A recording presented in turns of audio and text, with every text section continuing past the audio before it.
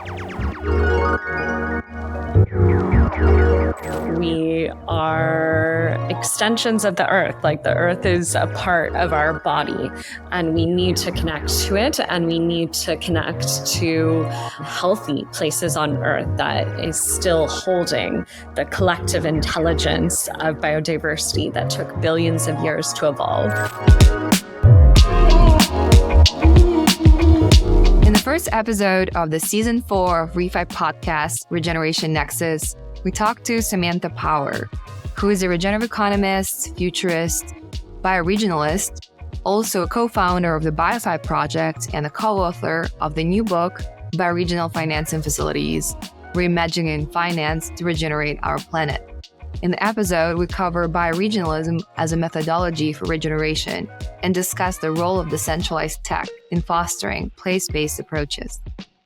And I love that we kicked off our first mini-series on economic and design thinking with Samantha and her insight on how life wants to live. And it's up to us to align with that and natural principles in our daily activities and how we organize ourselves to become a better, healthier, more thriving society. So please let us know what you think. And if you like the episode, make sure to follow the ReFi podcast and share it with your friends. Hello, Samantha. It's great to have you here. Thank you so much for having me, Maya and Tereza. So excited to be here with you to talk about how our work can synergize. Oh, yes. Likewise. Yeah. And welcome again. Samantha Power is a regenerative economist, a futurist, a bioregionalist, also co-founder of the BioFi Project and a published author. Big congrats on your new book on the Bioregional Finance and Facilities. We're so excited to dive into it today. Thank you for having me here. Yeah, excited to share with you both a little bit about what I've been up to, the ideas I've been thinking about, and the help that I need from the Web3 ReFi movement to make it a reality. Totally. So let's start by painting the bigger picture. Samantha, can you tell us a little bit about where we are today and how do, traditional extractive systems perpetuate both social and ecological harm? Absolutely. That's a big question to start with, but probably where we should begin. So I think both of you probably know that I'm trained as an economist, and I worked at the World Bank for a long time, and I worked with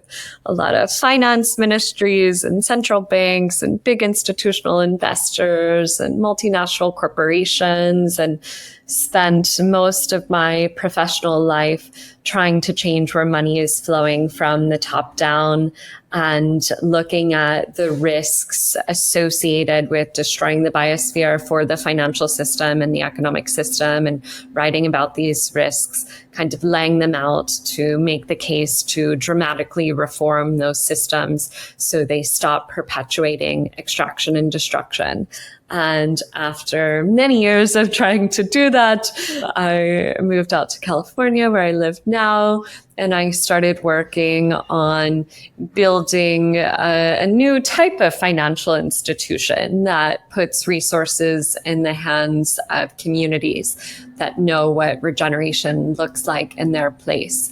And this was based on my experience, as I said, seeing how resources were stuck in very concentrated pools of capital, and how the economic system, which right now, in my view, is a monoculture capitalist system in most places on Earth, is sucking up the earth and turning it into money, and is based on market fundamentalism and capital supremacy. And we are not funding commons. We are not funding land and water stewardship. We are not funding care. We are not funding so much of what we value and depend on for life on this planet to continue. And so I saw the need to create a new layer in the global financial system of this entity that I call Bioregional Finance and Facilities, that could connect these very concentrated pools of capital that are increasingly understanding they need to be investing in regeneration to this very decentralized mycelial web of regenerators around the world, people that are living in relationship to place, that are listening to that place and listening to the communities in that place to engage in regenerative activities, ecologically regenerative activities, but also culturally regenerative activities. And in the book, we take a biocultural approach to funding regeneration, recognizing that these things are very deeply interconnected.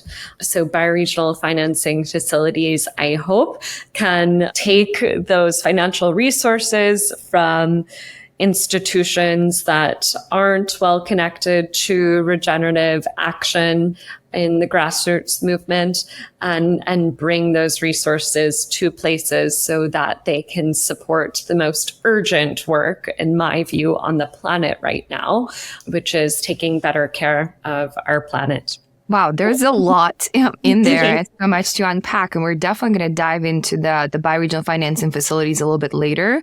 But before we get there, I wanted to start from regeneration, right? You mentioned that, the goal is to build those regenerative systems. But I'm curious, how do you define a regenerative economy, especially as a trained economist, especially as someone who comes from this traditional, right, economic background, working in such a neoclassical institution as a World Bank? I'm also curious, in your story, when did you first encounter the concept of regeneration? Was that at the World Bank? Was that after you left? And when you first learned about it, what was your reaction? What was your view on it? Especially from that perspective of, being trained in that classic tradition of economics. Thank you so much for this question, Maya. I love this one. So when did I first encounter regeneration? I would say as a 6-year-old playing in the woods by my house in the pine forests of southern Louisiana and just witnessing the cycles of the earth and how things died and were composted and created more life. So I think regeneration is something that I've always felt on a bodily level, but certainly it was not a concept that I studied in any of my economics courses. But as my economics and finance courses started to intersect more with courses on climate policy, and I took an environmental economics course in graduate school, I did start interacting with this word regeneration. And I was so drawn to it because I think it's on a bodily level just feels more true than words like conservation or even restoration, right? Like nothing is stagnant, so we can't just conserve it and hold it the same. And even restoration is this idea of going back to how things were before, when in reality, systems are dynamic. They're always changing and they're moving forward. And I believe there's been a lot of extraction and destruction, as we mentioned. And so I believe that right now there is enormous potential for regeneration on Earth. Life wants to live. That is the nature of the planet we were born into. And we can create space for that life to come back. And I believe that humans are a keystone species and have a really important role to play in the regenerative process. And I, over the past year or so, have been studying regenerative economics, which kind of builds on the foundation of ecological economics and brings in this kind of quantum regenerative potential. And a friend and teacher and colleague of mine, John Fullerton, teaches a course on regenerative economics that I took at the beginning of this year. And that's when I really started beginning calling myself a regenerative economist. I actually took that same course too, and I believe we're in the same cohort, Samantha. No! Oh my goodness. I'm sorry we didn't meet sooner, Maya, but I'm glad we're meeting now. Yeah, no, totally. And I loved it. And I truly believe in this new paradigm shift. But what I'm curious, is since you come from that traditional background, how do you think people in traditional institutions as World Bank react to this paradigm shift of regeneration? I guess I'm curious, do they take it seriously? Do they get it? The mainstream kind of economics institutional landscape. Even though you're not at the World Bank anymore, I'm sure you still engage with, some of your colleagues from there. So I'm curious, is it challenging to kind of convey that idea across to them? There are many very brilliant, forward-thinking people at the World Bank and the IMF, and very close colleagues and friends that I'm still in touch with who absolutely understand the need to focus more on regeneration than conservation or restoration, and to move to an economy that is a step change from the structure of the economy that we've had in the past. And at the same time, I do feel that regeneration is a really big and radical concept. And for individuals, it can land with them in a really deep way. I think for as bureaucratic and rooted in the status quo as the World Bank, it can be hard for that system to really adapt to and make space for something as radical as a regenerative worldview or the shift to a regenerative economy. I love that you mentioned that regeneration can be a complex concept, and I think many of our listeners are going to relate to that, because whenever I ask someone about regeneration or about ReFi specifically, a million people is going to explain it to you in a million different ways. So I want to know, what does regeneration mean to you? And perhaps how do you explain the ways we can change where the money is flowing and how the economy is structured? Yeah, thank you for this question. In the book, it was a paper initially that became a book, and sometimes I still refer to it as a paper. We lay out these bioregional financing facilities, templates for 4 different types of them. I'm sure we'll get into that. But we lay out 12 attributes for what a bioregional financing facility is. And these attributes, we believe, are the conditions needed for finance to truly support the transition to a regenerative economy. And the first one is the most important. It is that the finance is allocated along the lines of living systems principles and indigenous wisdom. And the way we define living systems are in contrast to non-living systems like the stock market or computer simulations or car traffic patterns. Living systems are characterized by complexity, self-organization, interconnectedness, nested hierarchies, dynamic balance, emergence, and autopoiesis, or the capability of a system to produce and maintain itself by producing its own parts. And these I've learned from Fridtjof Capra and his work on living systems. And John Fullerton's work, of course, is also aligned with creating an economy and a financial system that is aligned with living systems principles. So that is how we define a regenerative financial system or a regenerative economy in the book. And in terms of what a regenerative economy looks like in a place, we lay out a vision for economies that become more sovereign over time, less dependent on global supply chains, that identify the assets and wealth in that place, the natural resources, the human capital, the stories, all the gifts of that place, and they grow that wealth internally. And of course, it's very important, particularly in the global South, for places that have hoarded a lot of capital through colonialism and capitalism, to direct flows of those resources back to the places that they've been extracted from. We can't just close the gates right now and everybody's got what they've got and they work with that, because there have been a lot of historical inequities that have left some places very financially wealthy and other places very financially and sometimes ecologically poorer or degraded. But they're a provocation that over time we can move to economies that are meeting their needs from within their boundaries for the most part.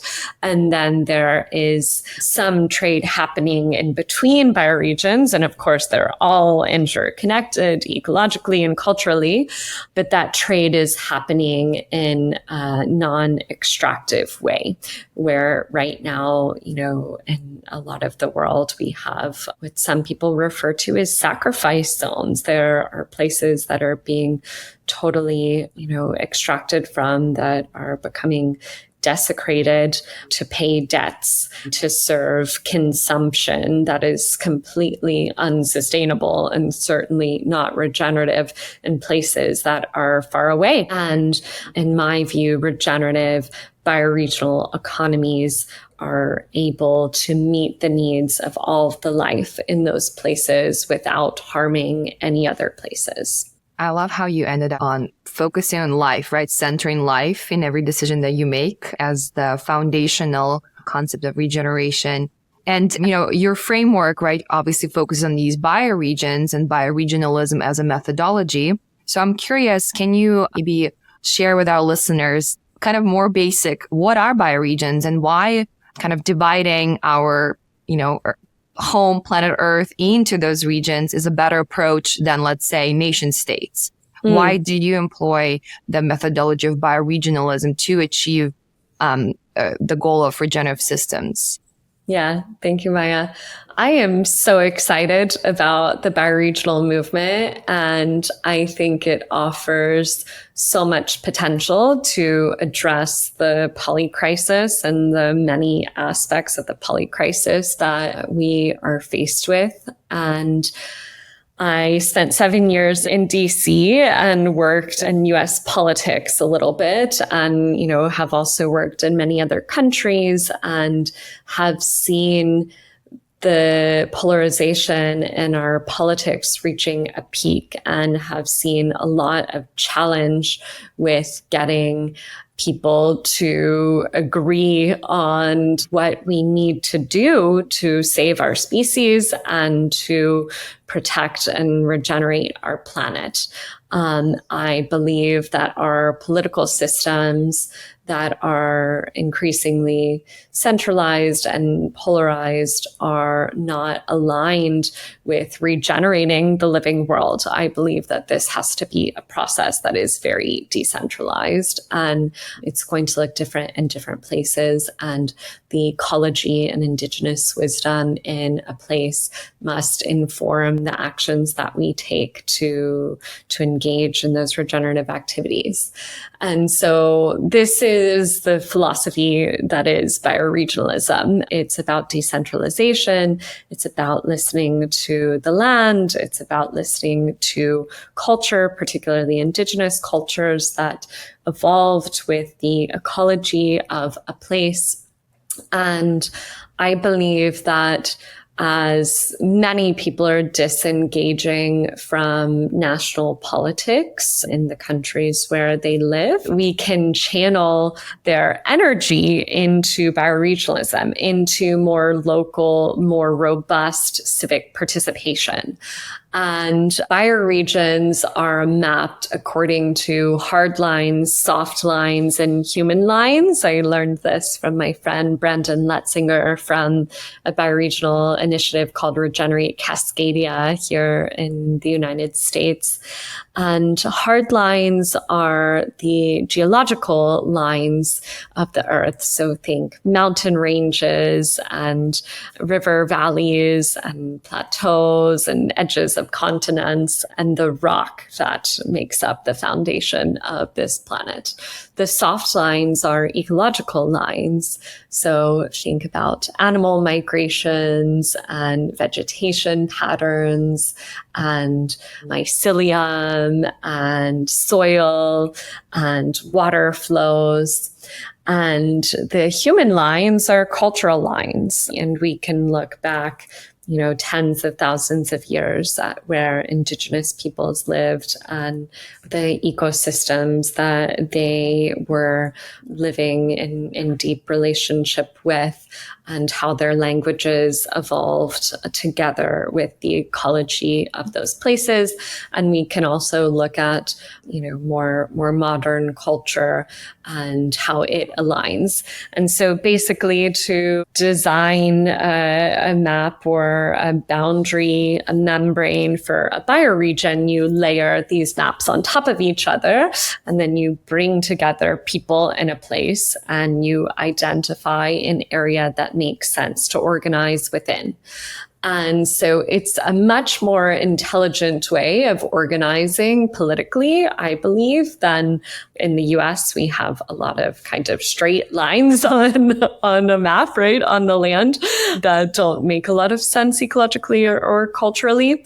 And I believe that through organizing together with our places and in service to engaging in large-scale landscape, watershed regeneration in those places, bioregional organizing teams can operate in parallel to nation-state structures and subnational governance structures. And bioregional organizing teams can even cooperate with subnational and national governments, and they can receive public grants from those entities and be the kind of local communities on the ground that are making sure public grant money is going to the highest integrity grassroots regenerative efforts. Like that's something that nation states and subnational governments really want to see, and they're struggling to get resources to those types of projects.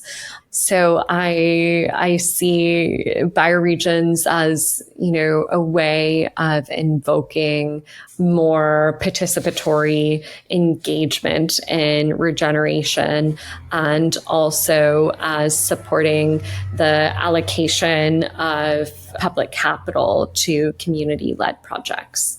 Wow, that was so helpful. And it seems like bioregions is this methodology to achieve regeneration, right? It literally means listen and learn from nature and organize according to Mother Nature. So this is super cool. And you mentioned, right, funneling resources into those bioregions. And I feel like that's where the Bioregional Finance and Facilities come into play. So can you maybe quickly explain to our audience, what are these BFFs? And, and even though they are called bioregional financing facilities, in your book, you talk a lot about non-financial returns as well. So maybe can you also share a little bit about what other returns do these BFFs can bring and other forms of capital? Yeah, absolutely. So I mentioned this kind of new layer in the global financial system of bioregional financing facilities. And I hope that in the future, every bioregion on Earth will have one or multiple bioregional financing facilities supporting their regeneration. And they're a sort of connective tissue between the capital holders that are more rooted in the status quo and the existing economic and financial system, and this emerging bioregional regenerative economy movement that is much more place-based. And bioregional financing facilities have three objectives, the first of which is very aligned with your mandate at ReFi DAO. They are meant to decentralize financial resource governance. So really trusting that people in place know better how to allocate resources than capital holders in New York or London or Stockholm. Second is that bioregional financing facilities organize synergistic portfolios of projects. And this is kind of an answer to capital saying, there aren't projects to invest in. Where do we send these resources? We would love to support grassroots regeneration, and these projects are too small to be legible to us or for us to be able to afford to do due diligence of these projects. And this also brings a systems design approach into bioregional finance. So the bioregional financing facilities will map out a bioregional regeneration strategy together with the citizens in the bioregion and citizens assemblies and town halls. And then they will develop these portfolios of projects where the whole is greater than the sum of its parts, because all of the entities that are being funded work together to regenerate an entire landscape or to restore a culture in a place, a culture of stewardship, hopefully. The third objective of bioregional financing facilities is that they catalyze the transition to a regenerative economy.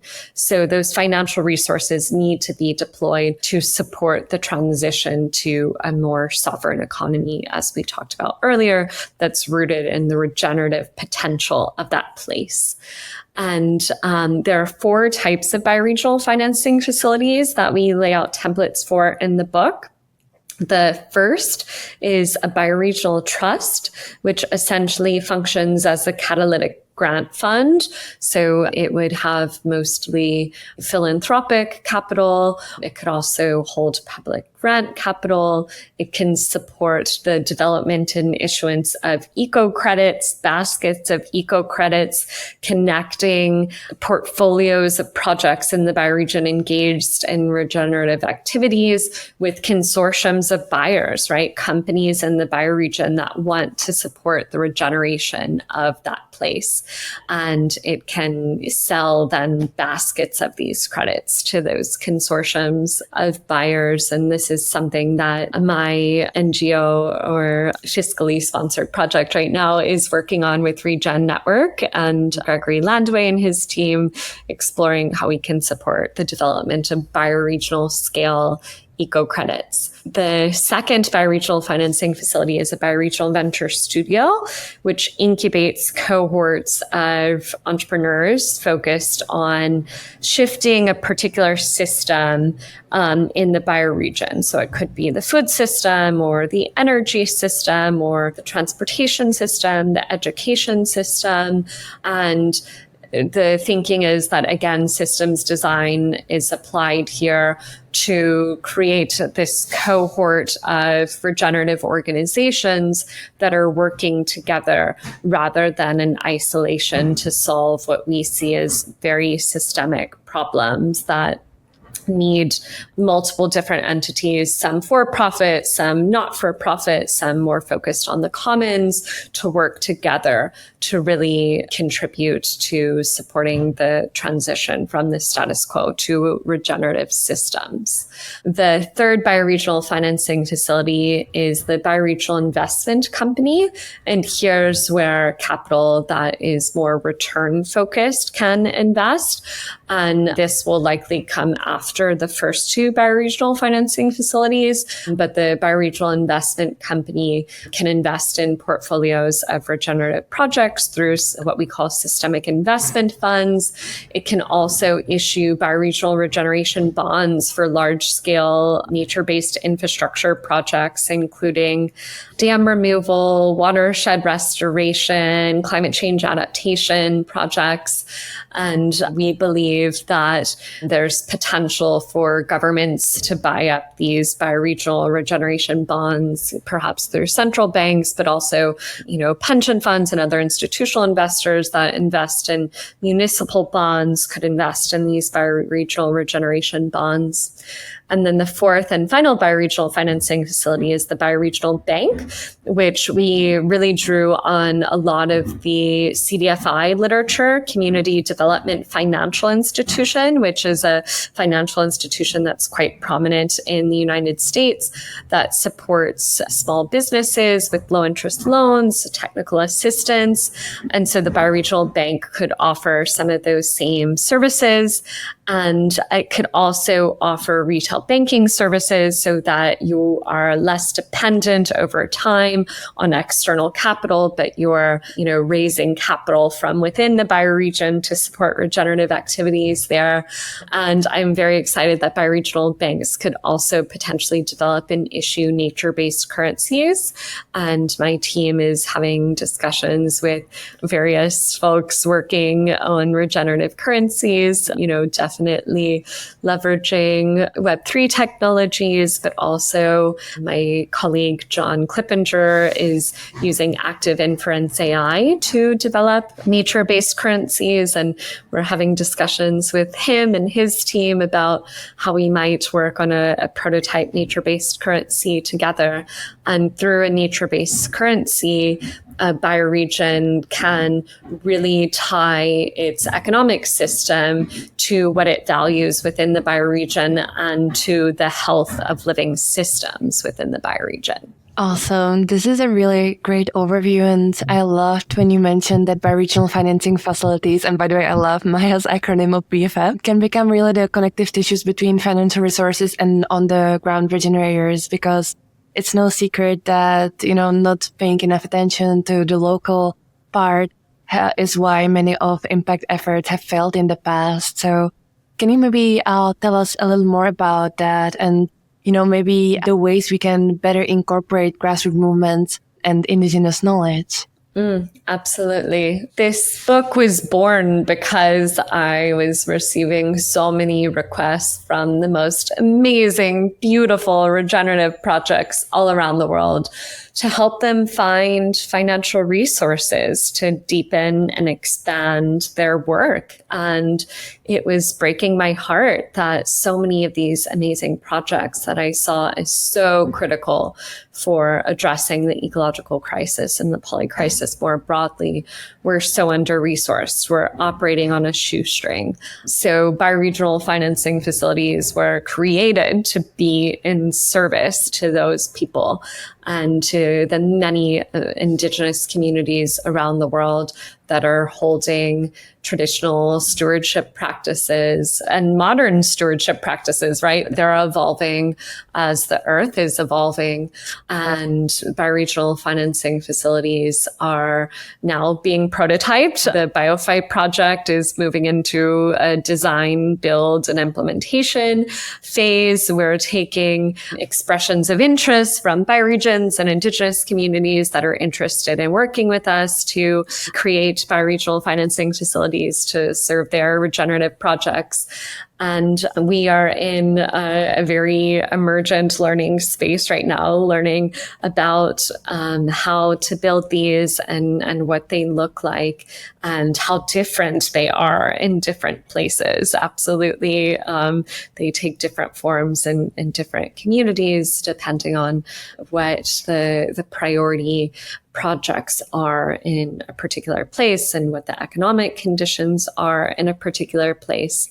And the first step we take is certainly to go to a place and listen to a community and their needs, and to listen to the land and waters and sometimes animals living in those places and what they require for their health. And the day after the book came out, I was very lucky to be invited to go visit the Wind River Reservation in Wyoming, where the Eastern Shoshone and the Northern Arapaho tribes are engaging in a very beautiful buffalo rewilding project where they are working to acquire more land to bring back more buffalo to their tribal lands and to hopefully eventually connect that buffalo herd to the Wind River Mountains where they used to roam, where there is right now a very large national wilderness area, and where buffalo could play an incredible role in supporting the health of the ecology of that place that is experiencing drought and biodiversity loss and climate change impacts the buffalo can bring many of those things back to the land. It can help to regenerate soil where soil has been degraded. So yeah, that's one of the ways I'm thinking about how bioregional financing facilities can support indigenous-led grassroots regenerative efforts. I love that. And I think the aspect of connecting to place and building a relationship with place locally is, key to this work. And I really align with that vision. But what it made me thinking is, we live in this world of digital nomads. Ever since COVID, we have increasing numbers of people working remotely, traveling the world, staying in a place for, a month at a time. So I wonder, how would you fit that kind of, especially in like Web3 space, the category of like Web3 digital nomads into this idea of localism? How would you connect them with place-based initiatives in a meaningful way? Yeah, it's an interesting cultural phenomena, isn't it? And I think that even amidst the rise in digital nomads and, people not having one place that they're calling home, we all need place more than ever to hold us in this very fragile, uncertain time in human and geological history. We are extensions of the earth. Like the earth is a part of our body and we need to connect to it, and we need to connect to healthy places on earth that is still holding the collective intelligence of biodiversity that took billions of years to evolve.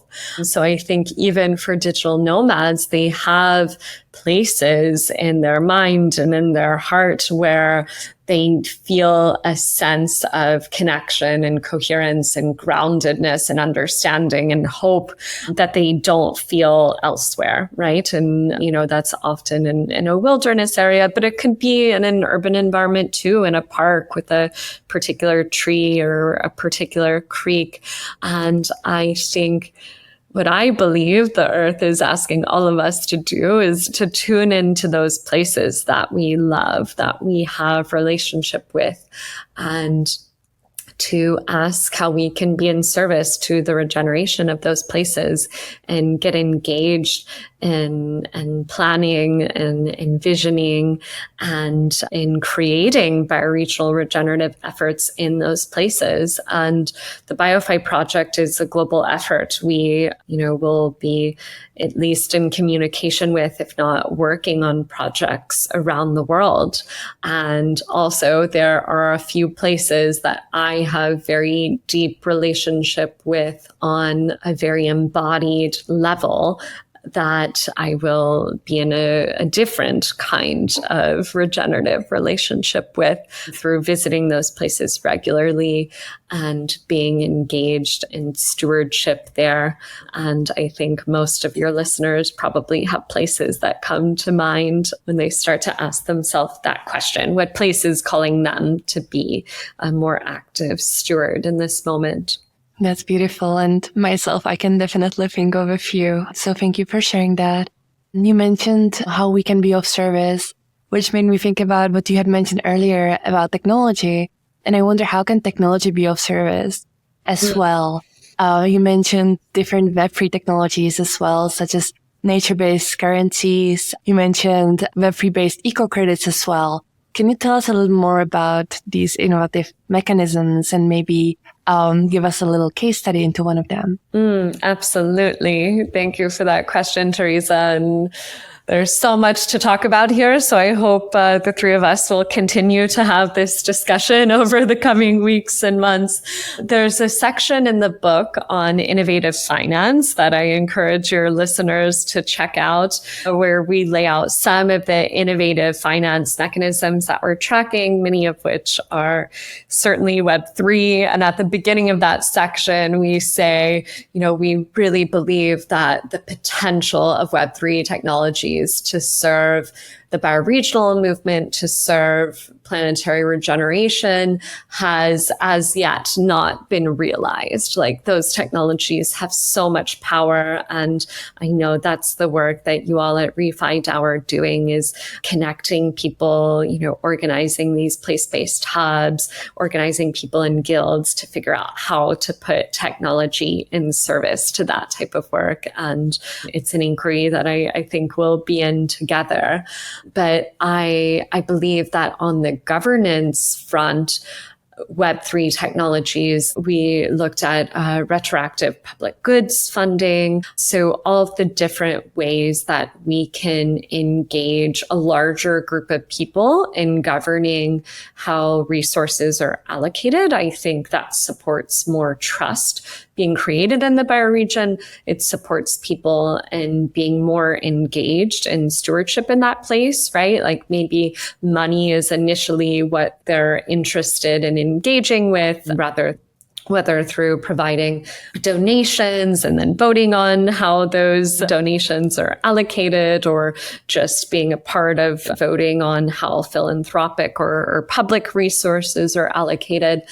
But money is just a tool, I would say, and it can enable people to connect more with their neighbors, with their communities, with the places that they're living in, and then be a part of deeper stewardship practices that aren't centered around money. So, some people have said that bioregional financing facilities are a bit in a Aikido move.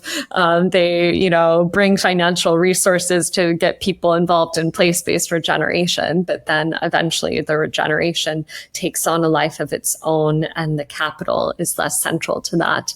And I believe that the Web3 space has many different governance tools that can support this type of engagement of a broader populace in how financial resources are allocated. Yeah, indeed. And, there's a lot of conversation in the Web3 space about, this potential, right? And the tools are definitely there. And I agree with you that most of them have not been realized on the scale that we all probably want in this room. But I wonder, what's your personal story with Web3? How did you first encounter Web3 tools? How did you learn about ReFi? And also, what's your kind of honest view on the Web3 culture as a whole, right? Because even though there's a lot of potential, there's also been a lot of controversial stuff going on in that ecosystem as well. So can you give us a little bit of a peek into your relationship with these technologies? Yeah, thanks for this. In 2018, it was kind of, blockchain, Web3, a very exciting, emergent time. I went to the Blockchain for Social Impact conference in DC that the Ethereum Foundation, I think it was the foundation at the time, was hosting, and met a lot of incredible people there. And, that really kind of sparked a deeper inquiry around how Web3 technologies were intersecting with my work at the World Bank at the time. That was all about supporting ecological regeneration and, reducing the economic and financial risks associated with destruction of the biosphere. And I, bought a little bit of crypto and was kind of playing in that world. And I had friends launching different tokens and was interested in it, but, really from the sidelines. I wasn't engaged in it in any deep way. And then there was the bubble burst and, all of these kind of casino dynamics that were taking place in the Web3 space. And I certainly was one of the people that became quite disenchanted with that world. Although I have been connected to the folks at Regen Network for many years now and have been interested in their work. And even throughout that kind of boom and bust cycle, I felt that Regen Network was doing such incredible work in the eco credit space. And I was doing a lot of work with carbon markets and biodiversity credit markets, and was very frustrated with these kind of top-down bureaucratic methodologies for assessing what regeneration was about, and was very interested, even when I was at the World Bank, in a more decentralized approach to methodology development, including using blockchain technology to track those impacts.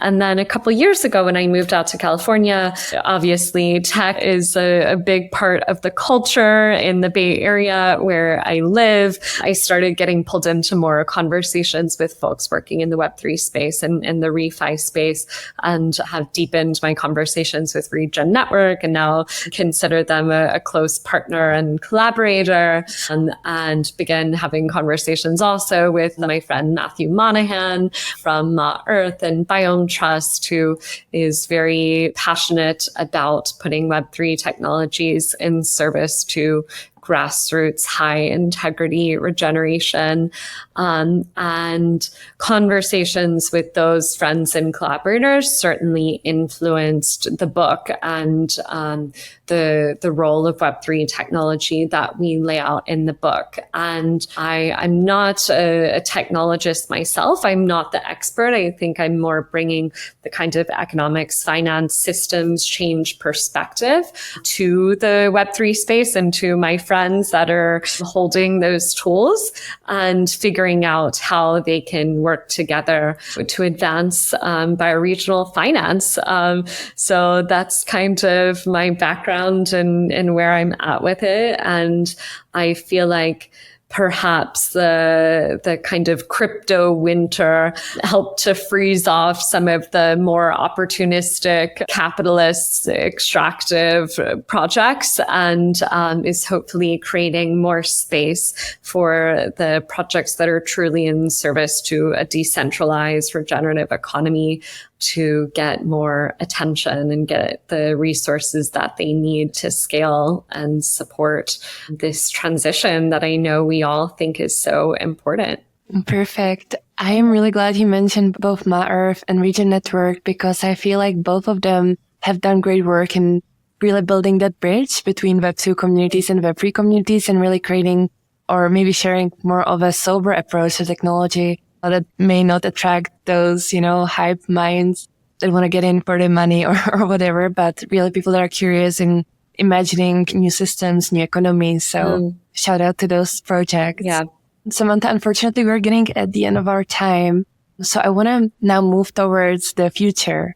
How do you see the role of bioregional financing facilities evolving with time, and what does really need to happen for them to succeed? Yeah, as I mentioned, I'm really excited about this prototyping phase that we're in now.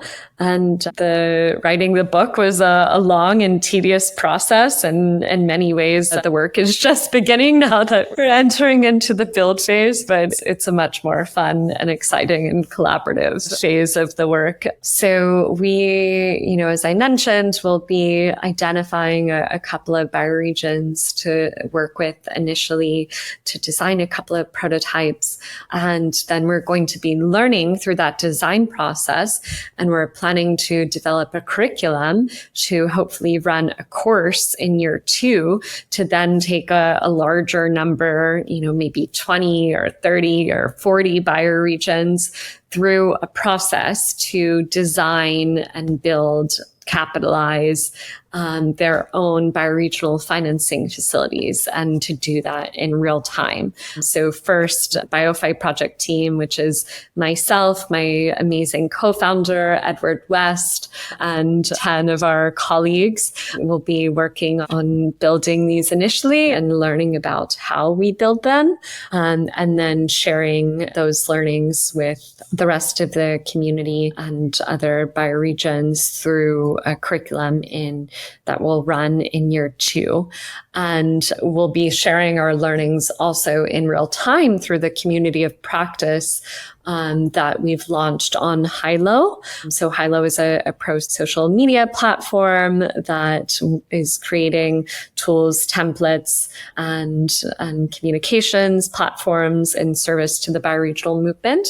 And we'll be running a community of practice on there and having twice monthly events where we bring different experts to talk about the tools that they have that can be in service to the bioregional finance movement. We would love to have the two of you on one of those sessions.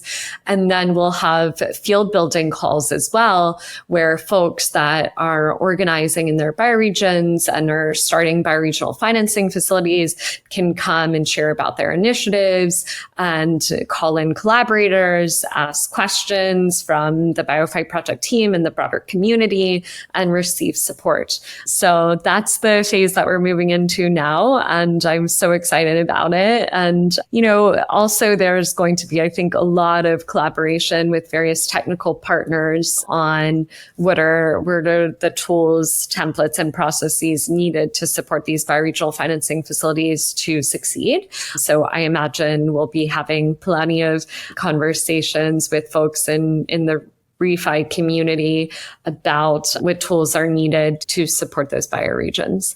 And you can see on the BioFi Project website, which is biofi.earth, all of the many technical partners that we've already agreed to explore that with, including the Regen Network and the Regen Foundation, also another very cool organization called Regen Technology, led by a friend of mine, Jessica Grootman, who's based here in the Bay Area, the Nature Tech Collaborative, which is very focused on nature MRV technology. We'll be working with them to figure out how to develop MRV strategies, monitoring, reporting, and verification for bioregional financing facilities. So yeah, if any of your listeners see synergies and ways to work together, you can reach out to us through the website. Wow, so many cool, exciting things coming up. I love that this is truly such a collaborative initiative. I can't wait to see how it's going to unfold with time and would love to get involved myself as well. And as we wrap up this episode, we'd like to end with a few short form questions that we'll ask each of our guests at the end of each episode. You can be as brief or as detailed as you'd like. Are you ready for this? I'm ready. I'll be fast. I know my answers have been long so far. What book are you currently reading? I am reading the book American Buffalo, which is about the history of the buffalo in North America and how it was decimated and how we can bring it back. Love it. I want to know what excites you the most about your work. The regenerative potential that is far beyond my imagination. And what's one lesson, quote, a mantra or concept that has shaped you the most as a person? Right now, what's coming up is something that Rick Rubin says in his book, The Creative Act, A Way of Being, that there are ideas that have a time to be born and they find a way to express themselves through us. That's beautiful. I think that's a great end to the episode. I wonder, Samantha, is there maybe a final call to action or anything else that you want to share with our listeners? Yeah, there is a very detailed call to action section at the end of the book that offers a list of specific invitations to a range of different stakeholders. And then there are several calls to action on the website for folks to join the community of practice, potentially build a prototype with us, to sign up for our newsletter. So I would encourage your listeners to look at both the calls to action in the book and on the website, and to be in touch and share their reflections about what we're working to create as part of a broader movement. Absolutely. And we will make sure to include all the links to the BioFi Project, biofi.earth, Finance for Gaia, link to your book, link to your social so that people can find you, so they can reach you, so they can sign up for the newsletters. Well, Samantha, it's been such an honor and truly a pleasure to chat with you about regeneration, bioregionalism. I feel so inspired and super excited to see what's coming. Thank you both for having me. This was super fun. And yeah, I'm excited to continue to be in conversation with and co-creation with the two of you. Thank you so much, Samantha. I would love to continue this conversation in the future. Sounds good.